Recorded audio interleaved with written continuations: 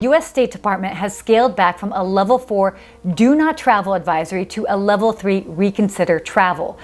The decision was made partly because conditions vary so much from country to country and around the world that a blanket do not travel statement is not as relevant, but they still encourage travelers to make informed travel decisions based on the destinations and the need to travel.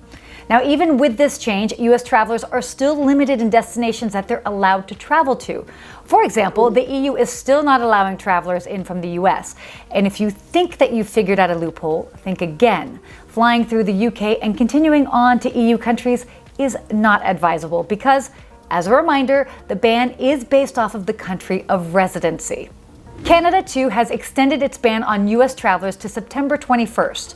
Per a recent poll in Business Insider, 80% of Canadians want their country to ban American travelers until at least the end of the year.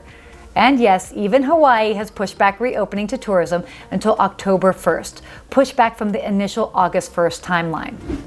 Delta is continuing to make bold decisions in favor of their passengers' safety and comfort.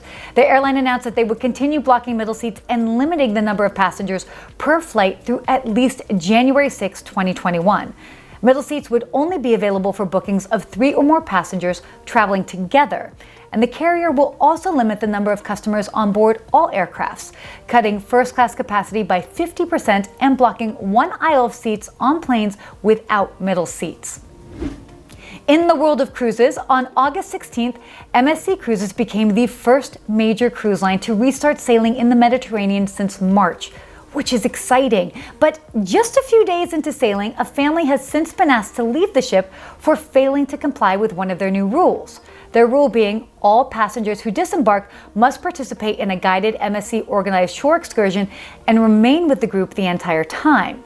Well, it seems that this family went off on their own and as a result have been asked to leave the ship, which serves as a reminder. Stay informed of new policies with travel companies and please adhere to them. Well, that's it for today's snapshot into travel. I hope you learned something new, and until next time, I'll see you then.